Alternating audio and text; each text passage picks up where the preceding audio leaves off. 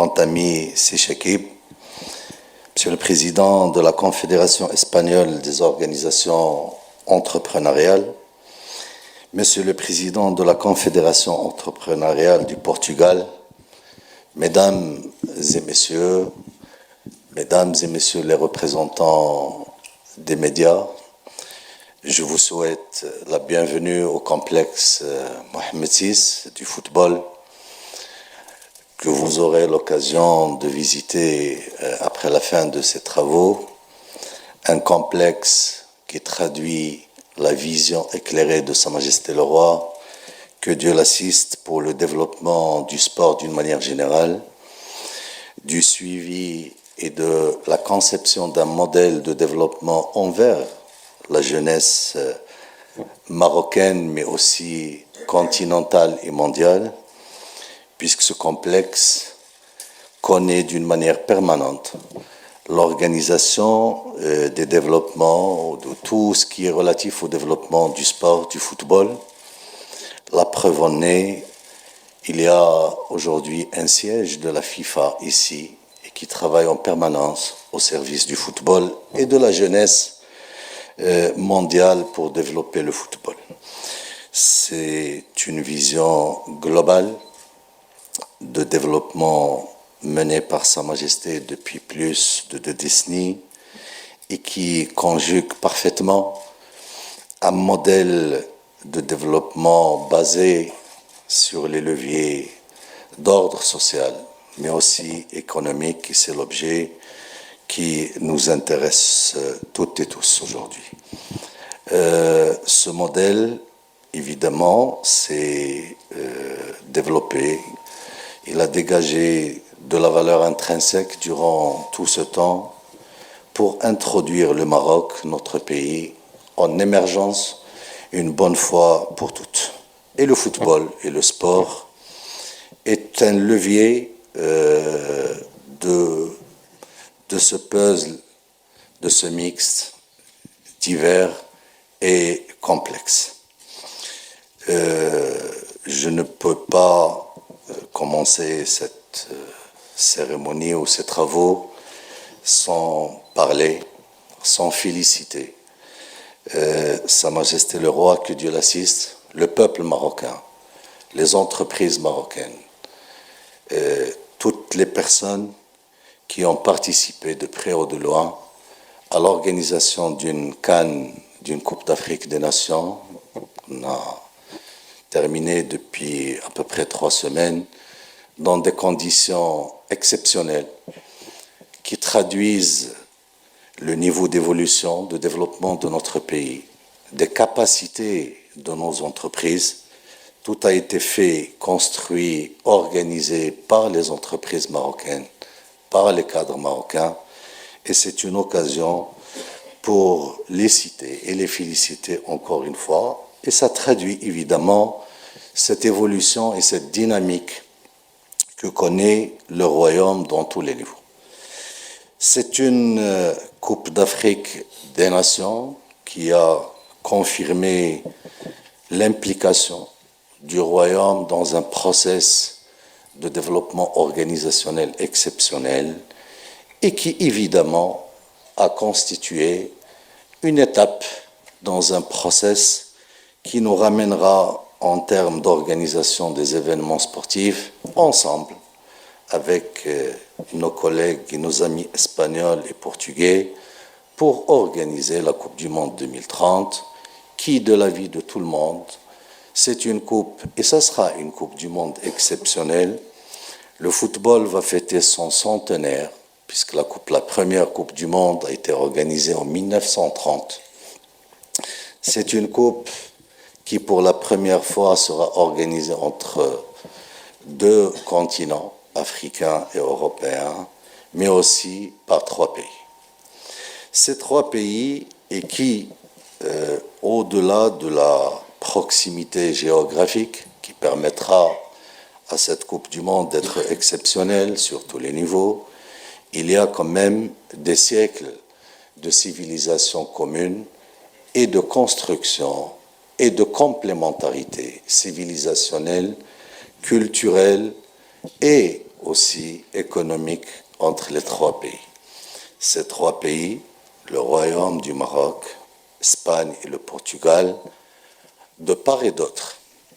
Aujourd'hui, il n'y a pas de dépaysement de découvrir des réalisations de part et d'autre de la rive méditerranéenne qui confirment cette histoire commune, ce travail et cette construction faite dans la complémentarité, plutôt dans une fusion entre les populations à travers l'histoire.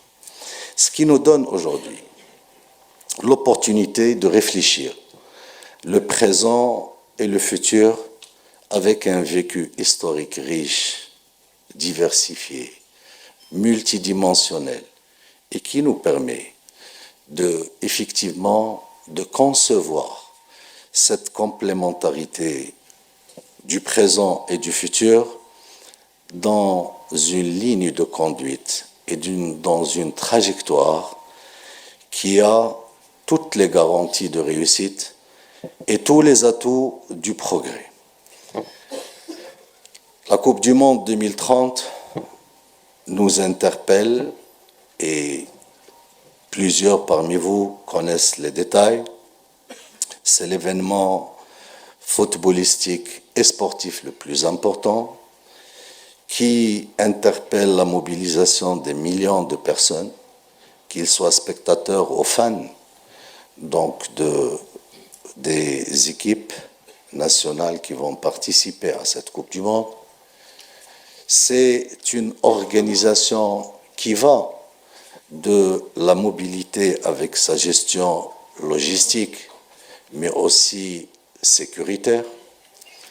C'est une organisation qui nécessite, entre autres, la mise autour de la table et de réfléchir d'une manière continue et complémentaire à la réussite de cet événement. Le Royaume du Maroc a entrepris plusieurs projets, dont pas mal d'entreprises espagnoles et portugaises sont des partenaires, et je suppose que le mouvement inverse est de réalité et de mise. L'objectif aujourd'hui est de chercher, à relever les défis imposés par le futur qu'on connaît, par le présent avec ses aléas. Tout le monde sait qu'on est dans un monde qui connaît beaucoup d'aléas, beaucoup de perturbations géopolitiques, impactant l'économie, impactant les prévisions, et c'est un défi qui interpelle notre intelligence collective.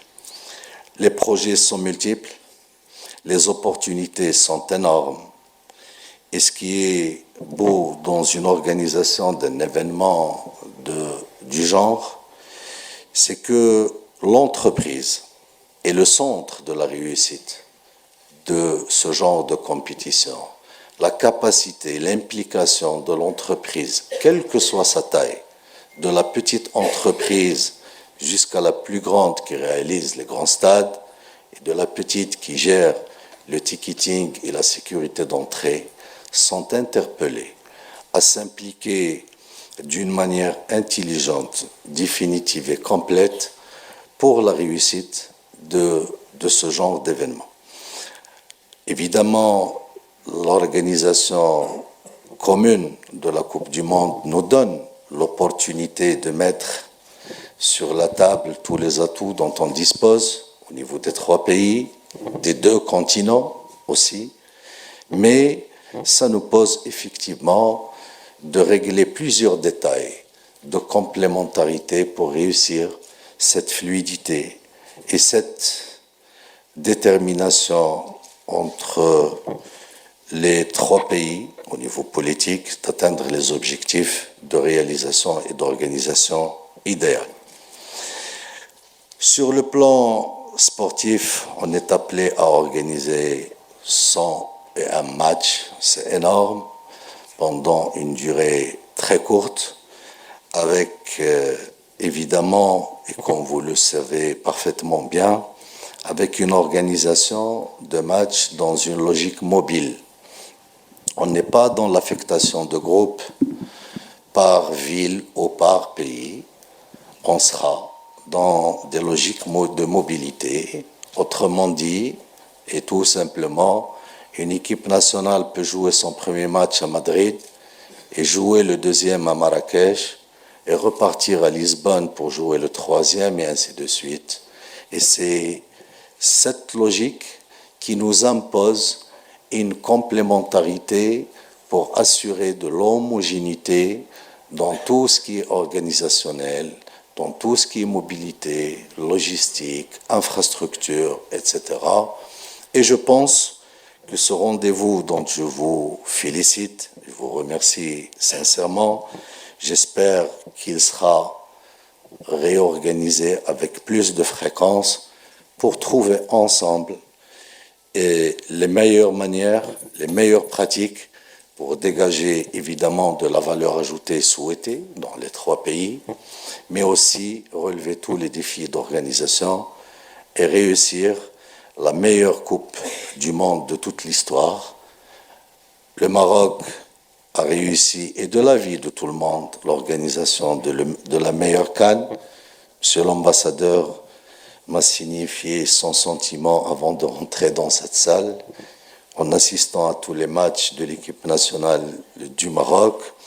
Et je pense que l'expérience footballistique et de l'Espagne et du Portugal mettront et seront là pour mettre ensemble une recette inédite de cette organisation et qui s'inscrit évidemment dans les objectifs qui ont été fixés pour cette Coupe du Monde lors de son annonce par Sa Majesté le Roi, que Dieu l'assiste, à Kigali, en rappelant que c'est une Coupe du Monde qui doit unir les deux continents, la jeunesse des deux rives de la Méditerranée, et qui doit rappeler cette richesse civilisationnelle, culturelle entre les trois pays, pour que la jeunesse actuelle puisse avoir cette occasion de rafraîchir la mémoire de cette culture commune qui constituera, Inch'Allah, un atout pour construire un avenir meilleur. Merci et bienvenue encore une fois. السلام عليكم ورحمة الله تعالى وبركاته. متتبعي قناة توفيق سبور، كنتمنى الحلقة اليوم تكون نالت الإعجاب ديالكم، وكنتمنى تدعمونا بلايك واشتراك وتشاركونا الآراء ديالكم في لي كومونتير، وشكرا، وإلى اللقاء في فيديو قادم إن شاء الله.